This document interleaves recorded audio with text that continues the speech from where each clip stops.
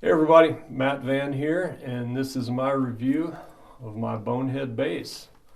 The Bonehead bass is a custom guitar that was built about 2 miles from here by local luthier Scott Green. And Scott's a good friend of mine. We met at the local fencing club that I coached a few years ago. Here's a picture of that, by the way. Just had to throw that in there for Scott's benefit.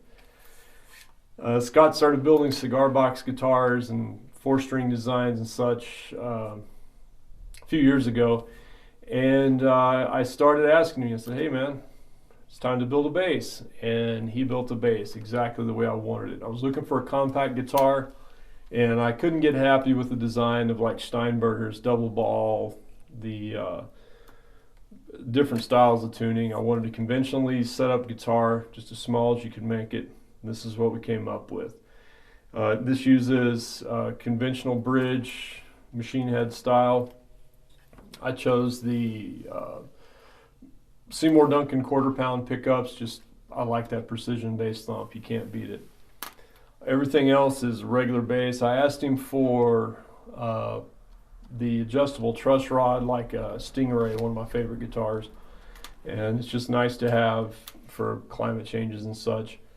He borrowed a few of my guitars. He looked at two Fender Precisions. He looked at my Stingray and a Schecter, and came up with the neck profile and everything. And he built this fantastic little travel guitar that plays as well as anything else I have. It uses Scott's neck through design. So from this part of the body all the way up the neck is one piece with separate wings glued on. Gives it a fantastic sound, good solid feel, and a lot of resonance. And I like the personal touches. The access cover to the electronics is all handmade. It's a thin piece of wood screwed into place. It's not just the chunk of plastic that you normally see. It sounds great. It plays well. This one has a higher action. He started with a high action, and our intent was to tinker with it and bring it down, but I left it high because that tends to make a good studio bass for simple, straightforward bass lines without a lot of buzz and noise you have to take out later. So it sounds fantastic. The only thing I don't like was my choice of locating the strap buttons. Because the neck is heavier than the body, it tends to sag, so I've got to make some decisions on how to anchor the instrument on its balance point for up on the stage, so you're not constantly having to hold the neck up.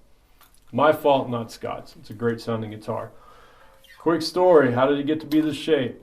Scott called me up and was saying, I'm ready to get started on your bass. I've got the ideas for the neck. I got to come up with a body profile. I had nothing. I couldn't think of anything original.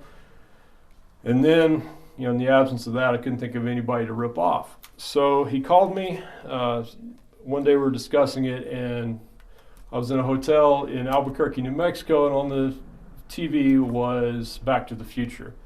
And the opening scene with Michael J. Fox and the guitar and the giant speaker, right? All you Gen X's like me know about it. And I thought, hey, that's a pretty cool shape. So that's where we got the shape from, ripped off from Back to the Future. And I understand this has since been incorporated to a couple of other guitars. So we're going to fire it up here in a minute. I just happen to need to drag my bass rig out to make some decisions on my effects pedals for upcoming shows. So let's plug this into the rig and see how it sounds. We'll be using an Ampeg SVT Classic, all tube rig, and we're going to mic it with a Shure Beta 52. So here's how it sounds.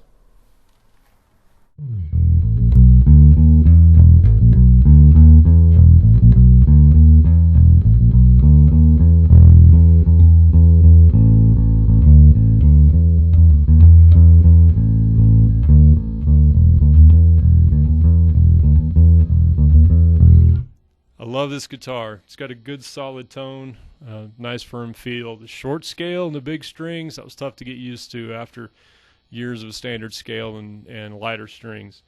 It's a little noisy with aggressive stuff like that, like any bass would be.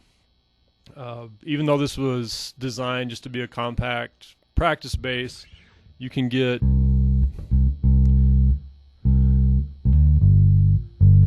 those nice fat round studio tones. It chords well. And if you're into funk, it does all that stuff too. And you just can't go wrong with it. I love the P hardware in it, the Fender P hardware. Everything sounds 70s if you let go of it right. So there it is, folks. I guess it has a model. It's just the Bonehead bass, the first one. It doesn't have a logo on the head, so if you find this in my grave someday, it'll be worth $1 million, because I think Scott's on his second revision of his logo. Check the description section. I've got some links in there to some of the music I just ripped off from Tim Kreitz, as well as where to get your own Bonehead. And thanks a lot for watching. Enjoy. Rock on.